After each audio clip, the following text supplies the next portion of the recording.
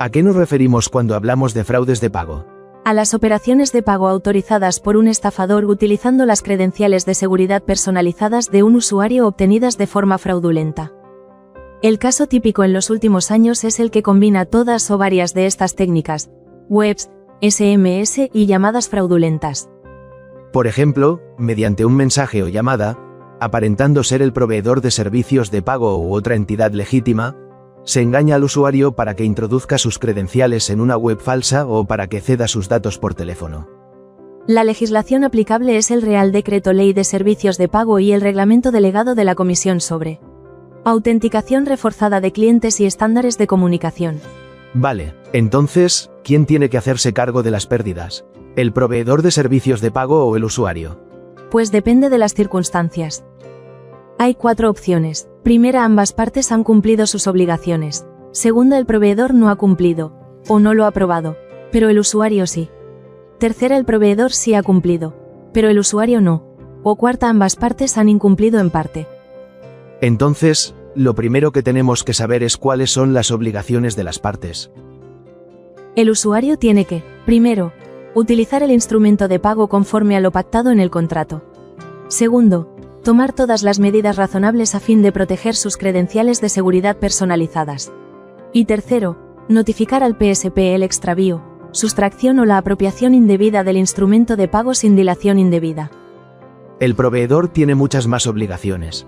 En general, son obligaciones tendentes a asegurar que quien autoriza la operación de pago es el propio usuario y a prevenir el fraude y minimizar sus posibles consecuencias.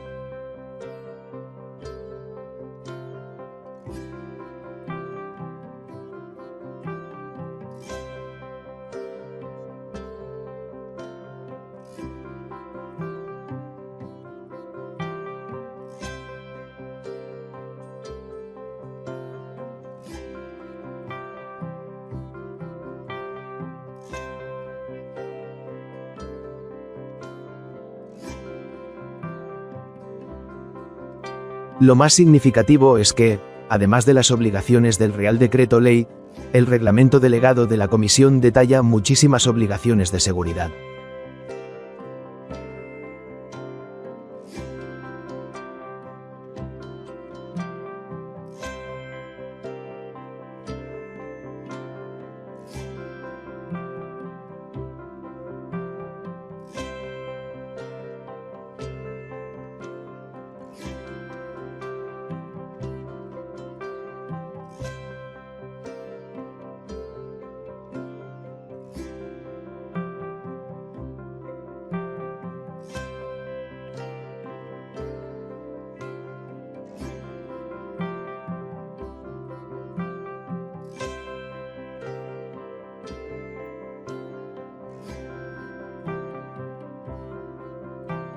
Ahora que ya sabemos cuáles son las obligaciones de cada parte, es el momento de saber quién responde de las pérdidas derivadas de la operación fraudulenta.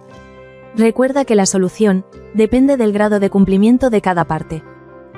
La primera opción es que ambas partes hayan cumplido con todas sus obligaciones. Entonces, el usuario responderá por 50 euros si así se ha pactado en el contrato y el resto de las pérdidas deberá asumirlas el proveedor.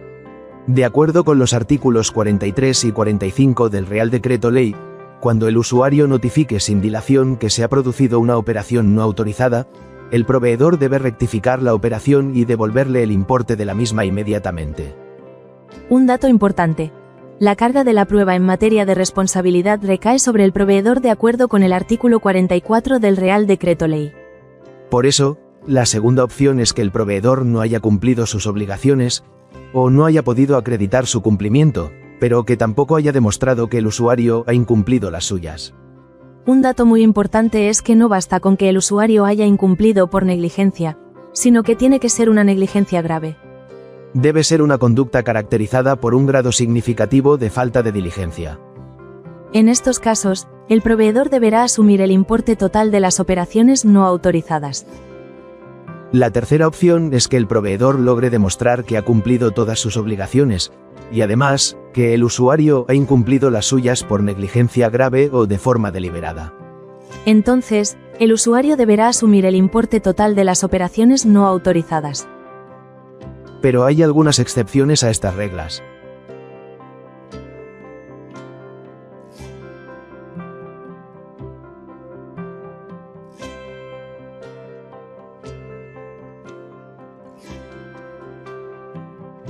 El Real Decreto Ley también prevé expresamente dos supuestos de incumplimientos del proveedor, que determinan que el usuario no deba asumir las pérdidas en ningún caso.